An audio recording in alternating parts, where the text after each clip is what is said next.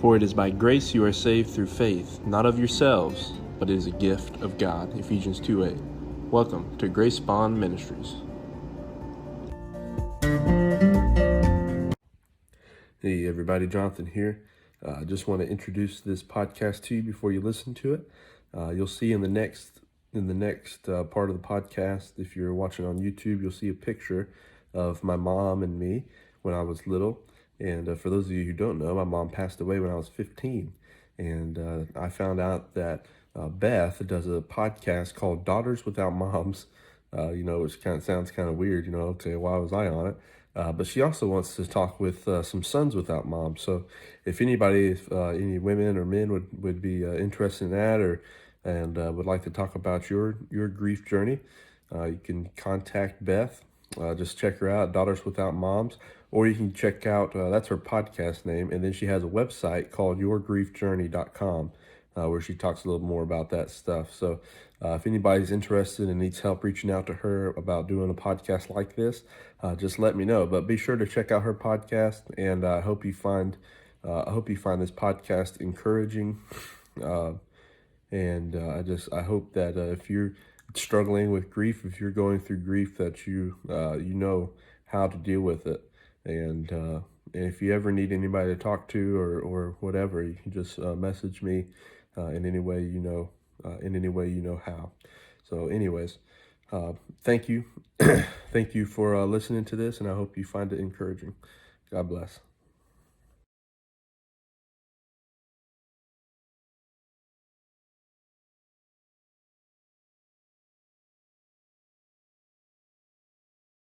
Hi, this is Beth. Welcome back to the Daughters Without Moms podcast. Today I have my second son without a mom. He's not a daughter, but he's a son without a mom, but he does happen to be a brother to the first interview I had with a son without a mom. So Jonathan is my fourth Jenkins sibling that I've interviewed. I will list all the episodes from the other three siblings in the podcast notes so that if you enjoy Jonathan's story, you can go back and hear the versions from his brother and his two sisters. But this has been really so interesting for me to hear the perspectives of the three siblings and now the fourth from the loss of their mom. So I'm really, really glad that you're here, Jonathan, and really look forward to hearing your story. So I'm going to turn the mic over to you and let you introduce yourself and tell us your story. And I'll be taking some notes and we'll ask you some questions when you're done. So thanks again for being here today.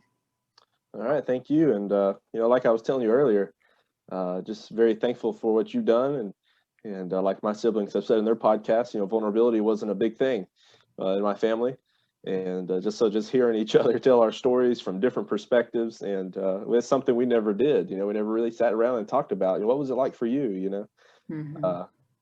Which is very strange and something we probably shouldn't have done, because if anybody was going to understand what we went through, it'd be my siblings. But anyways, I'm very thankful for that. But my name's Jonathan Jenkins. I'm living in mid Florida, and I'm currently a youth pastor, and I also work at a funeral home. But anyways, I was listening to I haven't heard Rebecca's at this point. I haven't heard Rebecca's podcast, but I was listening to Ramey's or Raymond, as he likes to be called nowadays. But I listened to his and Danielle's podcast, and it was quite fascinating just to hear how their perspectives were different from what I experienced, and really just from where I was when things happened, and also my age. Because looking back, I realized, I thought I was an adult. I was 15, 14 when my mom had her first stroke, and 15 when she died. But just looking back, I thought I was grown or whatever, but I was always the third one, like me and my siblings. I was the third one to find out, and all that. So, but I just want to start from.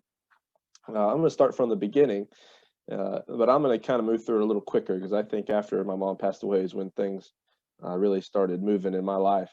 If you listen to other podcasts, you know that our mother, she in the year before she died, just about a year before she died, she had a major stroke, really unexpected. She didn't take care of her health very well, and I think that contributed to a lot of that.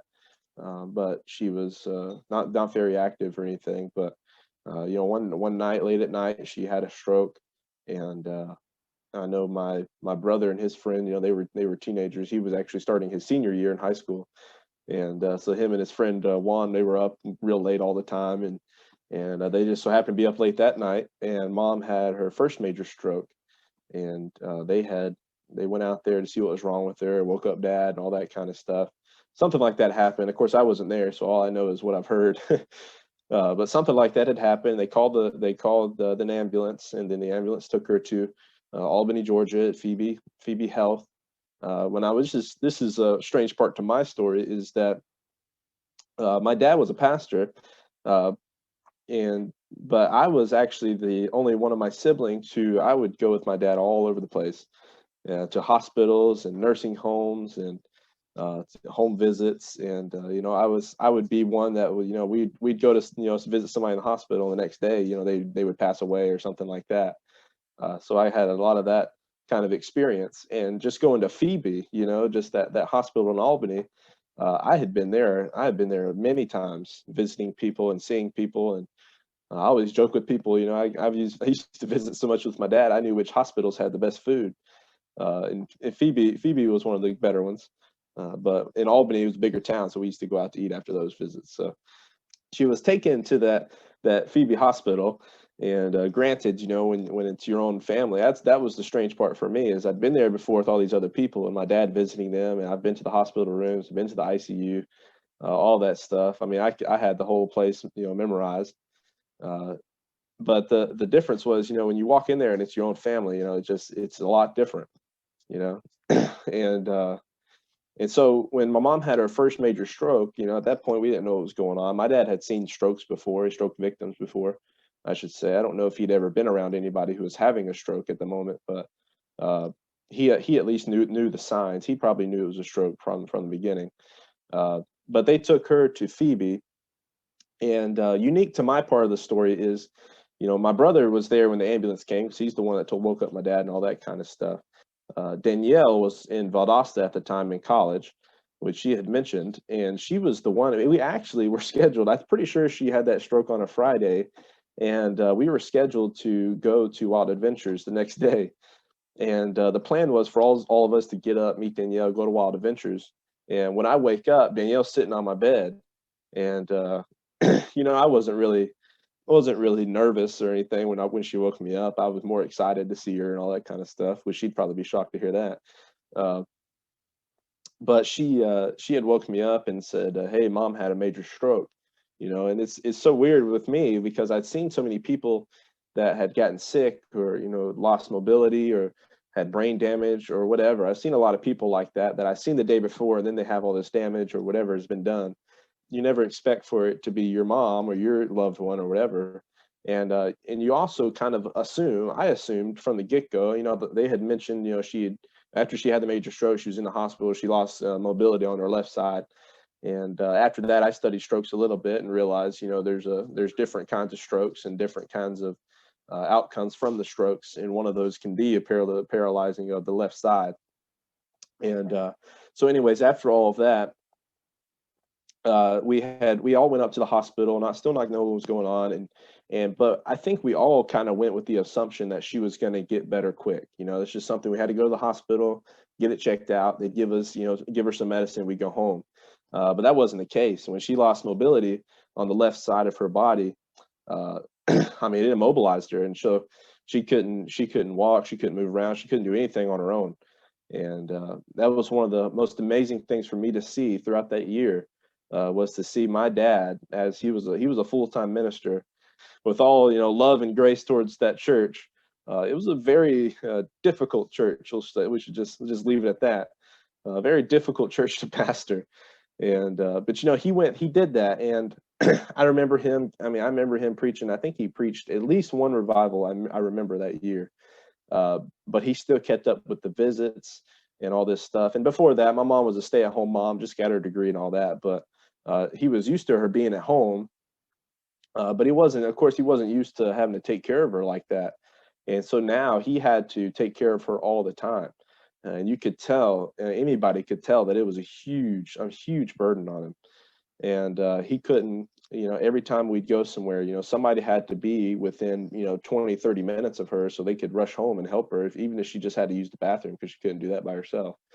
And it was funny because she hated having anybody else help her besides dad. I think my brother helped her maybe once or twice and all that stuff. I remember a specific story. This is when my dad was preaching that revival. I remember a lady, she had come. It was a kind of a church friend or whatever, but she had come, and dad asked her if she would sit with mom while he was doing this revival throughout the week. And I remember she came, and actually it might have been my birthday. I think we were out of town or something. For some reason we were out of town, and she had to come watch her. And I remember my dad I remember her being there, and my mom, in the middle of the night, 2 o'clock in the morning or something, this lady was asleep, and my mom didn't want to wake her. She had no problem waking up my dad. She's like, I don't want to wake her. I feel like that'd be rude, because she needed help, go to the bathroom, whatever. So I think she actually ended up waking up my brother that night and having him help. But but it was quite a sight to see my dad. And my dad, I remember my dad telling me a long time ago, when he passed away, that he wanted others written on his tombstone, because for a long time, and I think depression and stuff kind of hurt that. But for a long time, you always saw him put others before himself, including my mom. And so throughout that year, we got to watch my dad just set aside a lot of different things, going out to places. To some point, to an extent, it was kind of frustrating. I'd ask Dad, "Hey, let's go do that," and he'd say, "No, I can't leave Mom at home that long." And he would have to take her to therapy and all that kind of stuff. And it was interesting too. My brother had talked about how how he had drove us a couple of times. We used to go out, like he said, every single day, to when she was in the therapy wing of that hospital. That hospital had bought out another building that was a nursing home, so they owned both buildings. They called it Phoebe North, and my brother had taken us there a couple of different times, but I also went with my dad and all that kind of stuff. One memory that was unique to my dad and I, that I don't think anybody else got to go to, because it was during school and all that stuff. But during that time, they had towards the end of her therapy at that place, they wanted her to go out and shop. And I think the plan was for my dad to take my little sister, but for some reason she couldn't go, and I actually ended up going.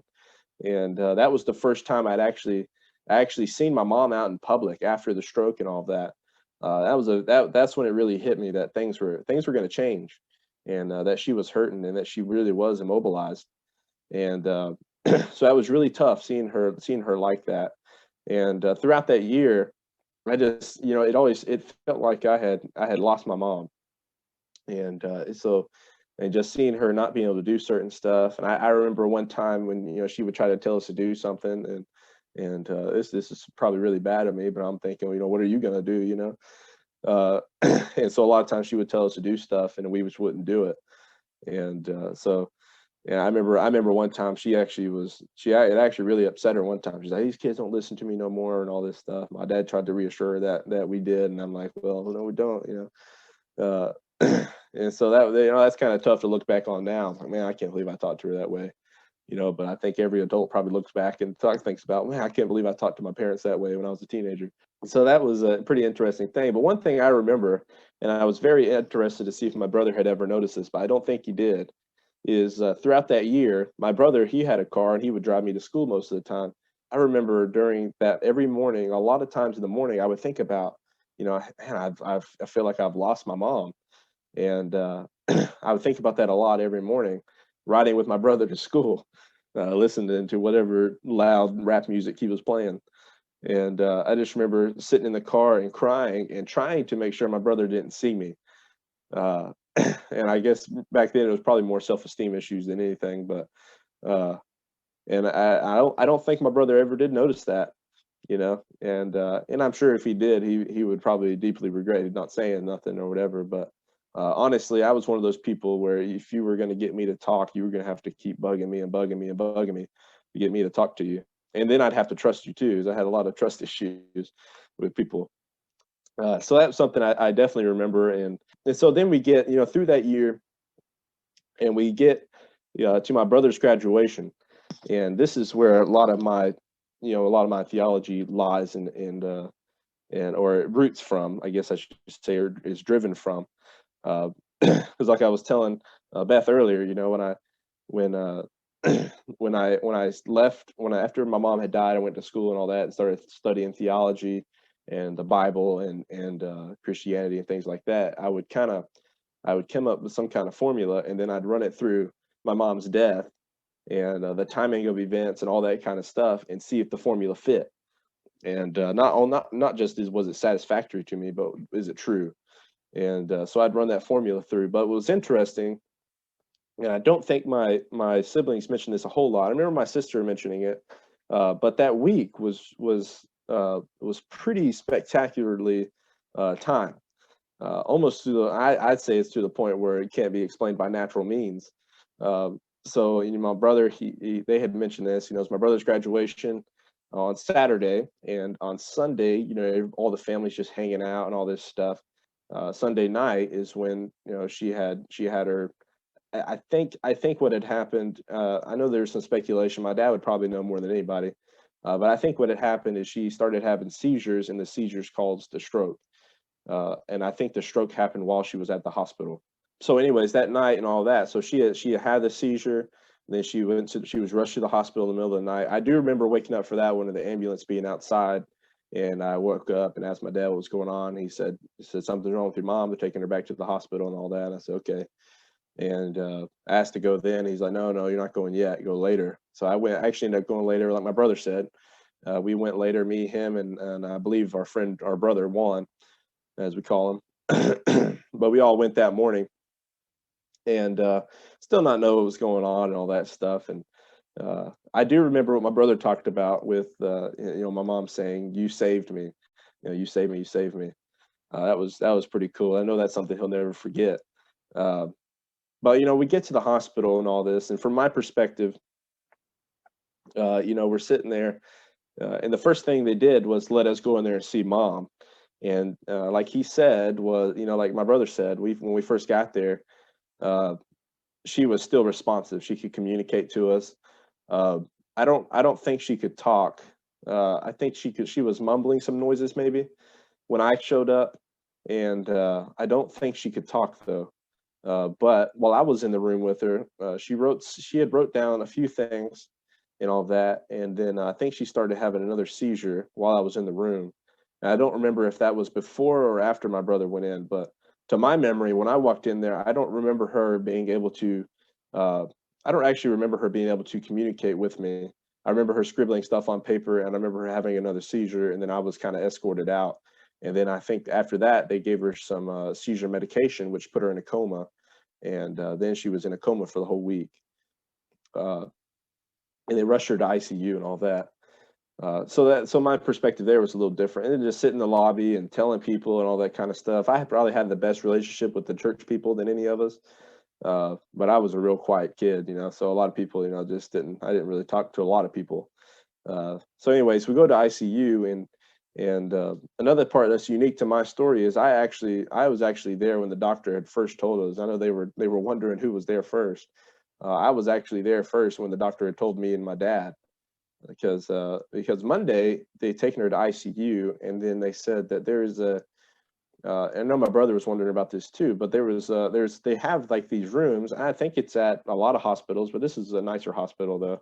But they have a hallway, and if you have a loved one that something bad might happen, they'll let you stay there. And I didn't realize that's what that room was for, that day. But I think the doctors kind of knew this is not looking good on Monday.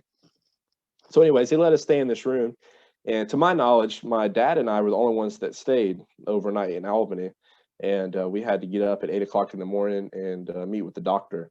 And we were we were standing, and we walked down the hallway, and we walked into the room, waited on him, and all that stuff. The doctor pulled us out in the hallway, and told us that, hey, he told us what was going on. He showed us the brain scan and said he basically showed us the whole like left side of her brain is brain dead, and he said we're going to have to start making some end of life decisions. And I think, and this is reminding my brother, this was pretty interesting. My brother's story got really similar. Now he wasn't there for this part, but at first, we kind of just didn't connect, didn't click, and it was just kind of a shock. And I do remember I'm trying not to break down while this doctor's talking to us, and my dad was the same way. And so we got done talking to the doctor, and I do this thing. I still do it now. If I get stressed or emotional or whatever, I have to like rub my hair, and it's kind of a thing that calms me down. And I just remember holding my hands on my head and rubbing my hair over and over again. And but what was interesting is after he told us that, I walked out and I said, I gotta call her sister, which is our Aunt Dana. And I told my brother this weekend, actually, I said, it's interesting that the first time he broke down was with my Aunt Dana. But I actually didn't call her. I called her husband, Louis, because I didn't want to be the one to tell her, especially not over the phone. I figured tell Louis, he could tell her, and talk to Louis. And before I could even get the words out of my mouth, just broke down. That's when it just hit like a wrecking ball. And I remember breaking down with him on the phone, and then my dad come back out, and my dad trying to comfort me. He told me, he said, listen, Johnny, because he came out there after he got done talking to the doctor and sat down with me, and I was crying and all that. He said, it's okay to be upset, and that's when he had first broken down too, was trying to comfort me, and he couldn't hold it together.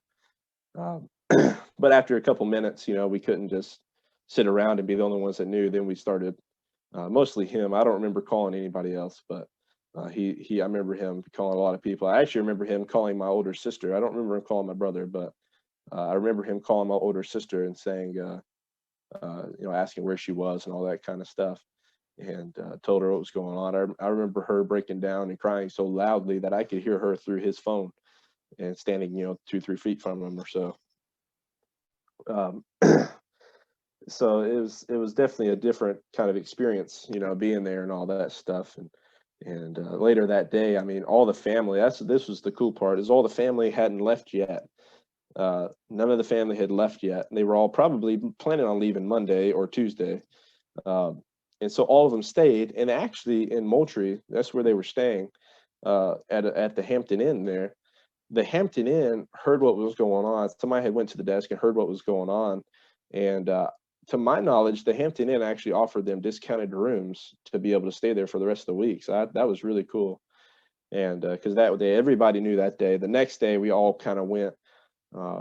We went in, and that's when we actually had to make the end of life decisions. I remember it had to have been 15 of us sitting in this room, and the doctor asking us, what will you do if this happens? What are we going to do if this happens? What are we going to do if this happens? And like my siblings mentioned, they told us there's no purpose in keeping her alive. She's going to be brain dead. She'd just be a breathing body is basically all she would be. And so I remember sitting there in that meeting though, and everybody else kind of talking and all this stuff. And I was just, the whole week just felt surreal to me. And I just remember them sitting there talking, and I was still doing the hair thing. That's when I started getting real nervous and emotional again. And so I kept rubbing my hair again. And finally somebody asked me, what do you think, Jonathan? And it took everything in me not to break down in that situation. But I just remember I got out a few words, and I just kind of stopped talking after that. I just kind of said, yeah, that sounds good to me, as long as I think my biggest thing was, as long as she's not going to be hurting. That was the important part. And she actually was on Do Not Resuscitate for a couple of days.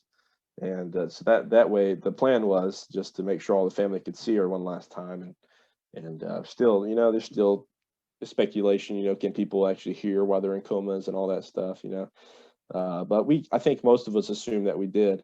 And I was actually in the same boat as my brother. I just, it felt, I thought maybe she could hear me, but it just felt really weird, and almost, almost like she couldn't. I guess, I kind of thought she could, but I didn't feel like she could, I guess is the proper way to put it. But I talked to her a couple times, but one thing I was very uncomfortable with, and I get really frustrated, is when the family would be standing in the room and start talking about her death, or start talking about, the situations and all that stuff. That used to really irritate me. I was like, hey, I think y'all need to get out of here. And I think I did tell them a couple of times. I said, we should talk about this outside or something like that. And I was a little kid then, so I wasn't as aggressive as I am now. My leadership capabilities weren't as good then. So anyways, go through that week, and all the family, like I said, they were all allowed to stay at the hotel longer. And so then come Saturday, that's when the day she died. She was moved to hospice and all that stuff. And I remember Saturday, and my sister mentioned this, but Saturday we were waiting on, or we call them our Mexican brothers, but Juan was one of them, and then Nestor. Juan had to go to work earlier that week. He came with us Monday when she first went to the hospital, and then after he found out she had died, he had to come back. But him and his brother Nestor couldn't get up there until Saturday, and the rest of the Lozano siblings, there's 5 of them. All of the rest of them had come and visited already, and I can't think of anybody that was planning on coming that still needed to come or whatever. And my sister actually had a different perspective on that when Juan and Nestor came than I did. I just kind of more figured it as God was letting her hold on until those 2 boys came and visited her. But I think my sister's onto something too, that mom waited. I think she waited until they came. And it was, I mean, I just knew, I'm like, and I actually said a few days before, I don't know if I actually told anybody out loud or not on Thursday or Friday, but I said, I think when Nestor and Juan finally get here Saturday, I think that's when she'll die.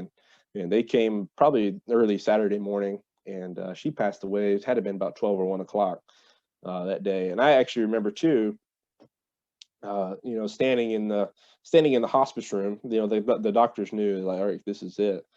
And very, very strange sight. It's the only time in my entire life I'd seen somebody die in front of me.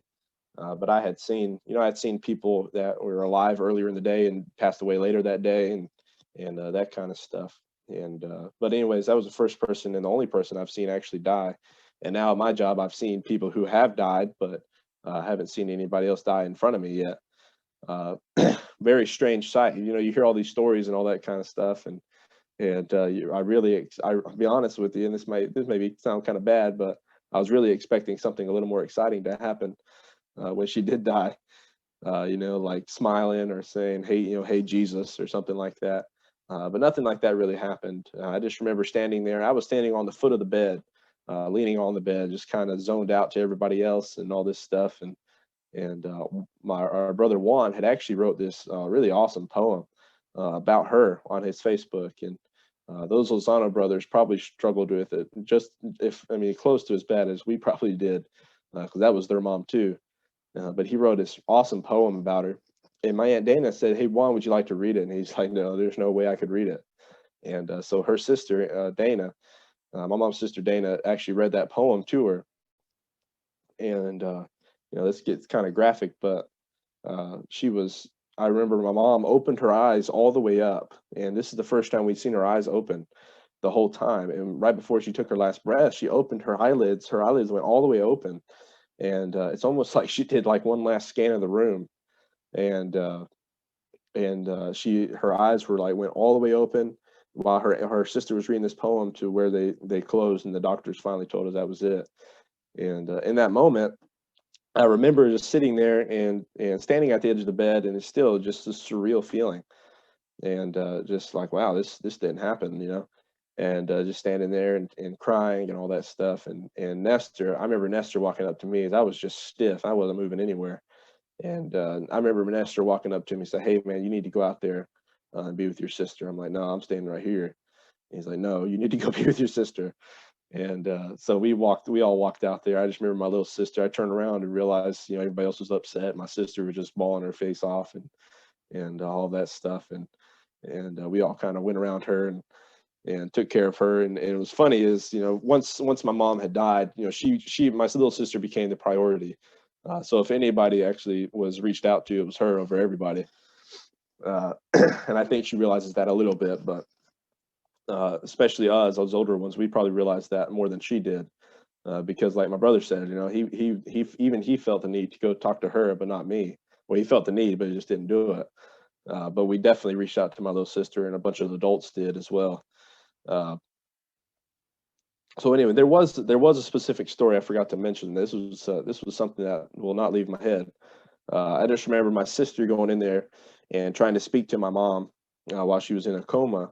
And I know my sister talked about this too, but I remember my sister when she was standing there, and my mom had shed a tear, maybe 2 tears or something like that.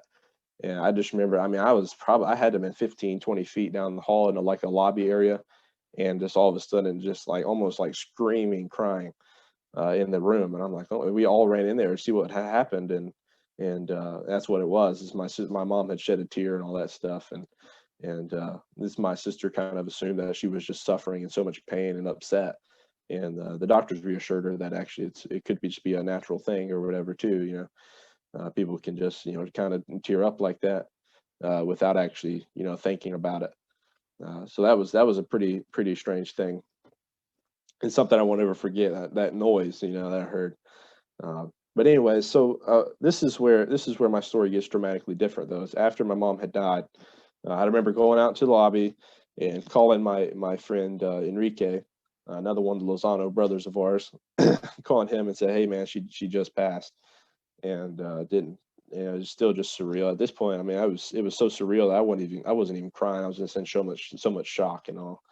And so, anyways, called him, let him know, got off the phone, and just kind of sat there. And I think somebody finally got me to go walk around outside, get some water, and that kind of stuff.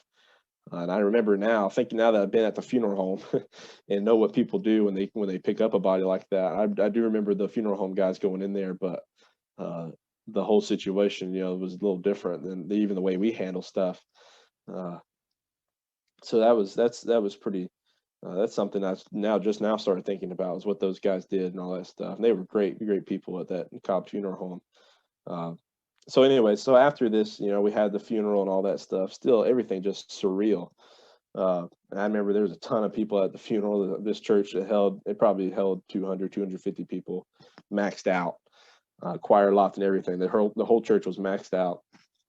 We didn't get a graveside service because it rained and all that stuff. Uh, but anyway, so all that happens, and after the funeral, after all the family leaves, that's when everything really mellows out, and then you start realizing stuff. And I personally went into a pretty deep depression. Uh, I thought about suicide, but never attempted it. There was a couple of times, driving my car, I thought maybe I could just, if I just drove my car off the road and crashed into something. I don't think I ever would have actually done it, but those thoughts crossed my mind a lot. And one of the biggest mistakes I made was, not asking for help. And for people who are in the same kind of jobs and stuff as me and you, uh, it's.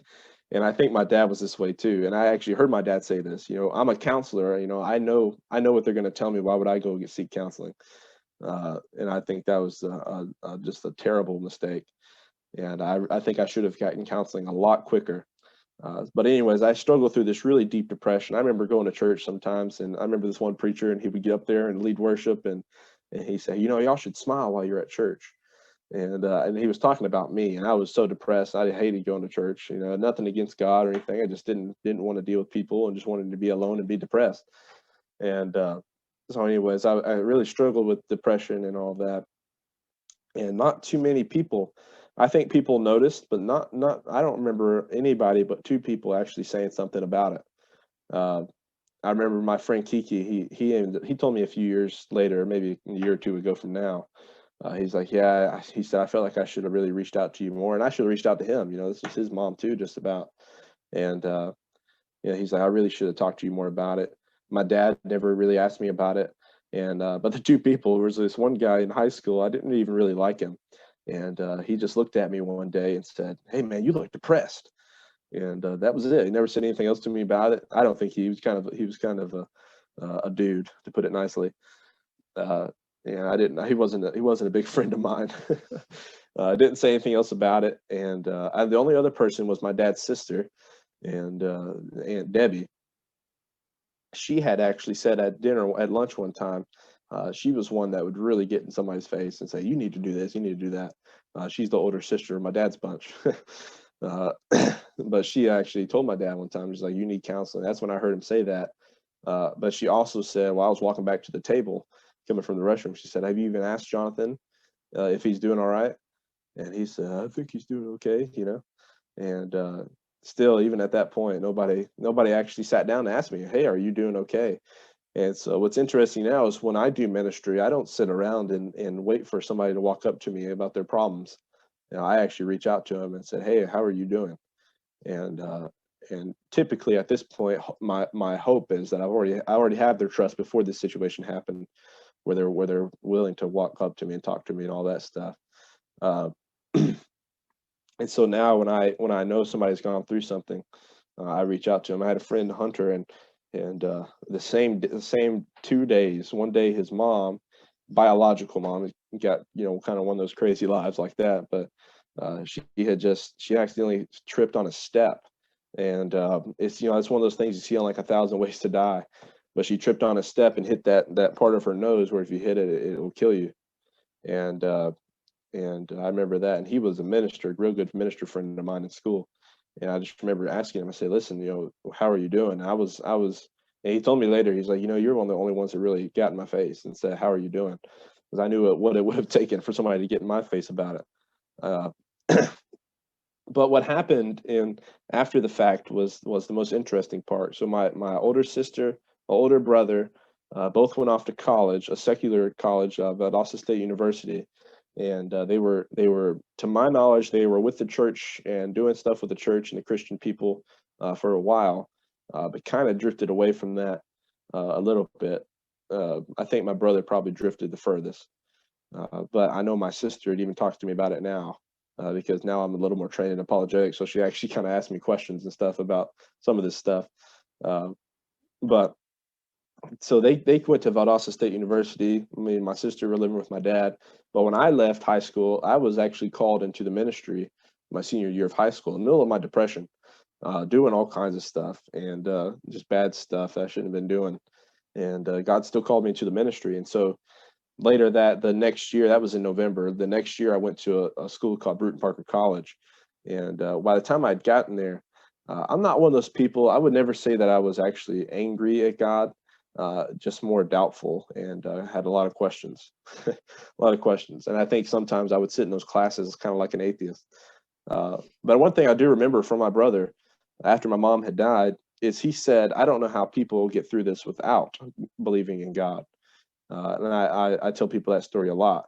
Uh, I don't know if I should share some of these other stuff, but had another person, we'll just say that, I had one person walk up to my dad and said, "Hey, how's that prayer working for you now?"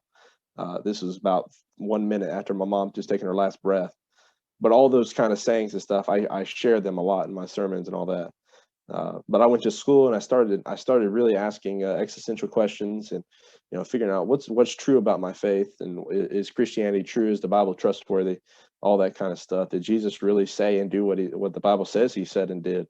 Uh, and needless to say, a year or two after I started studying this kind of stuff and really asking questions, and getting on my friends' nerves and my professors' nerves with these questions. I feel now, especially now, I mean, this is year 5. I've really been, studying this kind of stuff.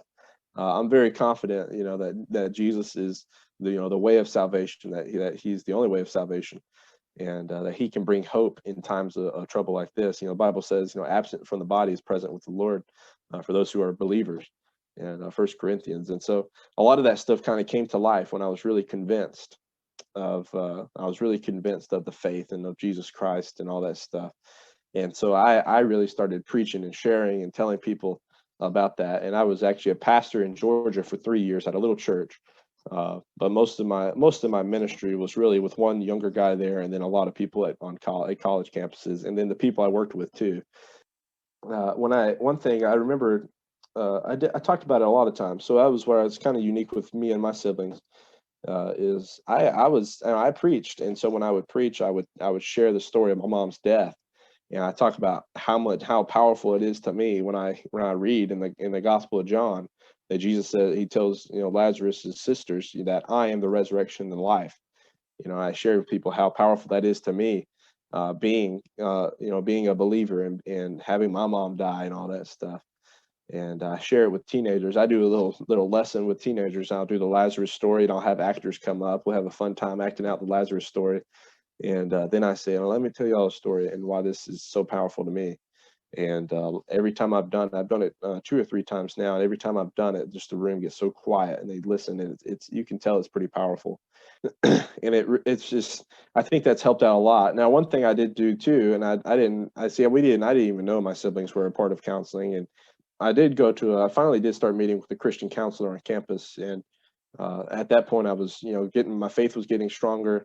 I was trusting God more. I was confident in the Lord, confident in the Bible and everything it teaches. And and I started meeting with this counselor, and he kind of reassured me. He's like, the only thing I remember him saying that was kind of strange was, he asked me, how long has it been since your mom died? And at first I'm like, I kind of had to guess the years.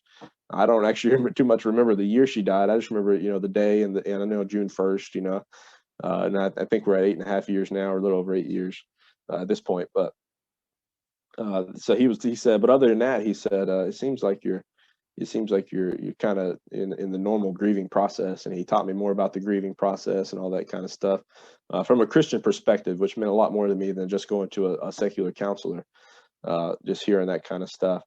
But I'm very glad to hear that my siblings did the same thing and sought counseling and all that. It's very important stuff. And so now, like I said, when I do ministry, or even working at the funeral home, dealing with the families of these the people who have passed away, I just have that big heart for people that I just know most people they're not gonna say, hey, something's wrong with me, I need your help. They're just gonna sit there and quiet and pouting in the corner. And and I know I've learned how to read people. I've learned how to sense emotions. I think that's one of the gifts that God's given me, is discernment. So I can kind of discern when somebody's feeling a certain way, and I'll know to reach out to them. And I've had a lot of people open up to me because of that. And just being able to tell my story and being vulnerable with them about my mom's death, I think that's helped them out a lot. And like you can tell in this podcast, I kind of I laugh, and I'm happy about it. It's because I'm confident. I'm confident in Jesus Christ and in the Bible, and it's helped me out. It's helped me out a lot. And that's why I think a lot of that stuff can really be rooted into worldview questions. What's the world? Where's everything going to? What's the purpose, and all that kind of stuff. I think I'm pretty comfortable there. I think that's the whole story, and probably a little more than most people were expecting. Yeah. Well, just the first thing I have to say is that, so you haven't heard Rebecca's yet, but you are my fourth Jenkins sibling. And so I have 3 children of my own, and I'm going to try not to get emotional when I say this, but your mom has to be so proud of all 4 of you, because you all 4 are so family oriented and empathetic and compassionate. And wow, she has to be so proud of all 4 of you, because each of you are amazing people in your own right, in your own ways. But Yeah. she and your dad says a foundation of support and love that you guys have taken with you. So it just makes me, as a mom myself, like, whoo, like that's, Yeah. I think a lot about what legacy do you leave, and your mom left an amazing legacy in the 4 of And you. and I don't know if they mentioned this before, but at the church, and my dad was a pastor, but my mom handled everything from youth, not younger, basically, Mhm, uh, from not real little kids, but like middle school to high school kids, mhm. and which really crumbled after she had left, or she passed away. And but now, being a youth pastor, I think back to all the kids and stuff, and all the kids loved her to death, and it was because she was so gracious and Mhm, empathetic. And mhm, so I got a lot of those traits and attributes and things like that. mhm. Yeah, yeah. And I loved I've heard about Juan from everyone, but the Lozano brothers, the Lozano siblings, you said, are really, really, Yeah, they're a true gift they from were, God. 5 of them. There's 4 of us, and minus this one. I mean, there was a Lozano for every one of us. mhm, uh, mhm, and that she was the same age as Abby. I was the same age as Kiki, and Rami was the same age as Juan and Chris, and mhm. Nestor's the same age as Danielle. So it was pretty cool. Yeah, yeah, that's amazing. Yeah, And like you and Daniel both talked about that your mom or God, waited for those brothers to be able to come see yeah, her. Yeah, that's pretty yeah. amazing. That's pretty amazing. So you did mention something about that you were not one to talk a lot when, well, you were also 15 years old, which teenagers don't necessarily always talk a lot, but that you had some trust issues. Are you willing to tell me a little bit more about that, or how you've overcome that, or, just thinking about people who are listening, what they can. Yeah, I can tell you a little more about it. I don't know if I can tell you how to overcome it, but. Well, you seem to have overcome it. You're pretty. Yeah, right. Yeah. And being in ministry too, it's tough too, figuring out who you can trust and who you can't. And so even now, my trust is very difficult, and to get for people to get me to talk, some of that had to do with trust, but a lot of it had to do with people just weren't reaching out to me, Okay. which is, like I said, I'm very intentional about reaching out to people. But the trust issue came a lot from, you just don't know who you could talk to that's not going to talk to somebody else about what you're saying. Mhm. And Enrique, the Lozano brother, he was good about that with me, and Juan was too, and our another friend Cody, which was really good friends with Juan, and we became good friends. They were all good at that. But I think a lot of it now just comes to what's my purpose, finding my purpose in life, and knowing that because I want other people to trust me, and people aren't going to trust me telling me their stories if they know I don't trust them telling my story. Mhm. And so, and I've also learned, being a minister, what stuff I can share and what stuff I can't, or even in the funeral home, I can't go around telling people, oh, this person died because they overdosed or something, Mhm. So I've learned, what stuff needs to be confidential, what stuff I can freely share, and who I can freely share that with. So I think a lot of my trust has just come, honestly, just from sharing my story and trying to reach out to other people and building their trust, and the trust ends up becoming kind of mutual. Mhm. Okay, good, good. I was just reading something about boundaries too, and how boundaries like have kind of a negative connotation with them. But when you're real Yeah. clear about the kind of person that you want to be and what your life's intentions and values are, and you can Yeah. put boundaries up to keep you, safe within those decisions, it does help cultivate trust for sure. Right. Because you're living authentically to yourself, which then Yeah. allows either you to draw people to you or away from you that fit Yeah. into that, into that boundary. And integrity probably helped out a lot too, because Mm. I mean, even now, I'm not, I'm same thing preachers say all the time, I'm not better than anybody else or anything like that, but I feel confident my integrity is strong enough that it really doesn't matter what people find out because I know I've held on to my integrity.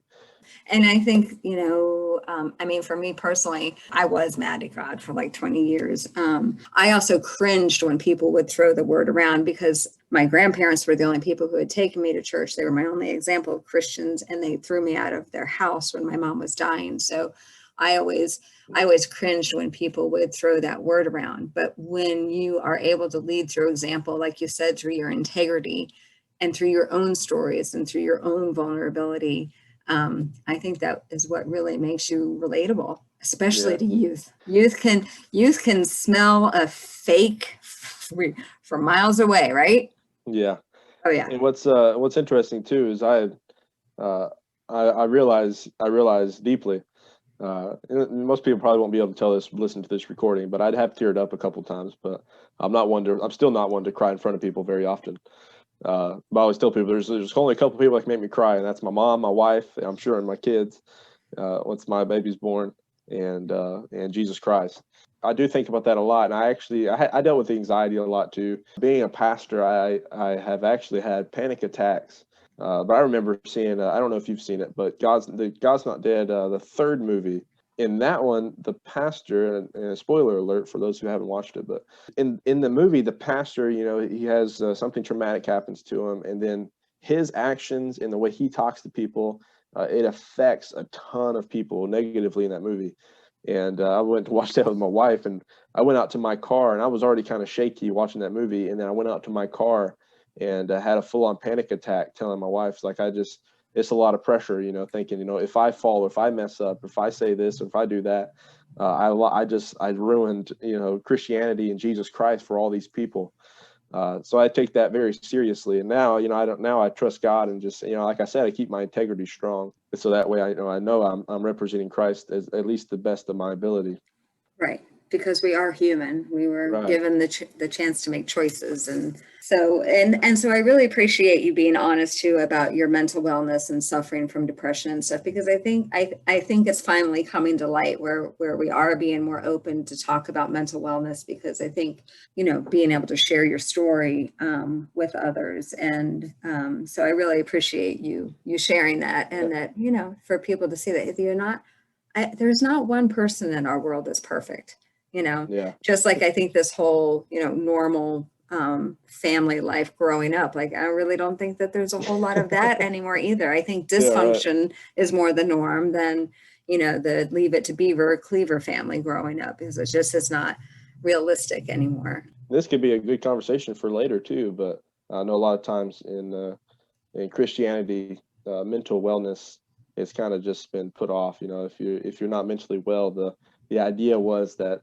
it's that you don't have enough faith in Jesus or whatever, or you don't study the Bible enough. You're just not a good enough Christian.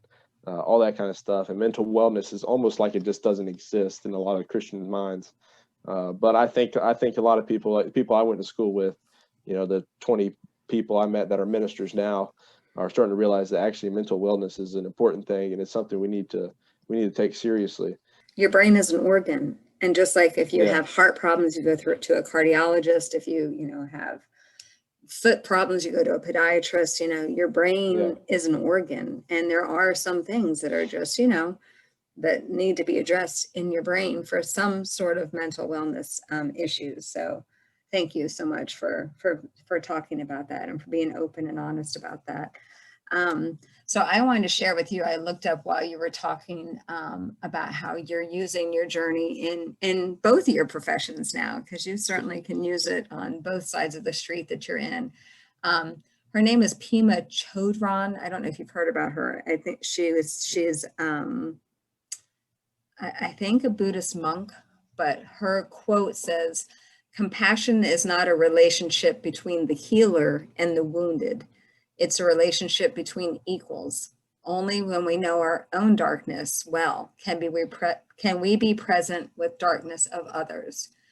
Compassion becomes real when we recognize our shared humanity." So I think what you're saying is that because you've been, in the darkness of losing your mom, you're not up here trying to heal somebody. You're sitting in the darkness with them, and you're able to share that journey with them because you've been through it. And I Right. think that makes a big difference. Yeah, and like you said too, I learned. I had a couple of professors teach me this in school, but and I've heard you say this at least with my brother and sister, one of the two, or maybe both. But I know you've said before, when I counsel with people, I never tell people I understand what you're going through. I say, oh, this was what happened to me, even because I have to be vulnerable with them so they'll trust me. But I say, this is what happened to me. This is what I felt like. And a lot of times, they feel a lot of the same ways, but their feelings are usually very unique. Everybody's story is different, and everybody's story and journey is important. Well, this has been great. So usually I try to finish with some sort of last parting thought or something that you want someone to take away from the podcast, or anything that you'd like to end with. Okay. I know one of the biggest things, and I'm pretty sure my brother said the same exact thing, especially for guys, is to open up to people. Most people that you're going to be around aren't like me. They're not going to walk up to you and ask you, but just walk up to somebody that you trust. You don't have to trust everybody. You probably shouldn't trust everybody, but walk up to somebody you trust and say, "Hey, listen, just tell them. Say, I'm struggling with some stuff. Can I talk to you?" And if they're a true friend, they'll sit and they'll listen to you for hours if they need to. Like Beth was saying, if you have heart problems, you go to a cardiologist. But you deal with that mental wellness. But and two, I think that the biggest part of my recovery had to do with Jesus Christ. So I wouldn't expect you just to listen to me say that and just say, okay, I'll follow Jesus Christ, but at least look into him and look into the Bible, pick up the Bible, read the Gospel of John. And just start studying and listen to people like Frank Turek or Gary Habermas talk about, or Michael Licona or Sean McDowell talk about the faith. And I think it can really impact your life. Yeah, and I totally agree with you, because I think, as we keep journeying through life and growing with our grief, there's different stages that you're going to go through. And sometimes you might be a little bit more receptive than other times of your life, just like I talked about with mine. I was an angsty, angry teenager, but then got baptized at the age of 33. I showed Jonathan, I actually happened upon the picture today of when I was being baptized, actually on my birthday. So Yeah. I would agree. I would agree. And too, with that and as a minute, especially, if you're in a ministry position or counselor position, you seek help too. But and when people walk up to you and they're especially, this is more for Christian ministers because of the problem of evil, and but just know that there's no answer you can give that's gonna satisfy their question. People like me, you'll say, well, where was God when my mom died?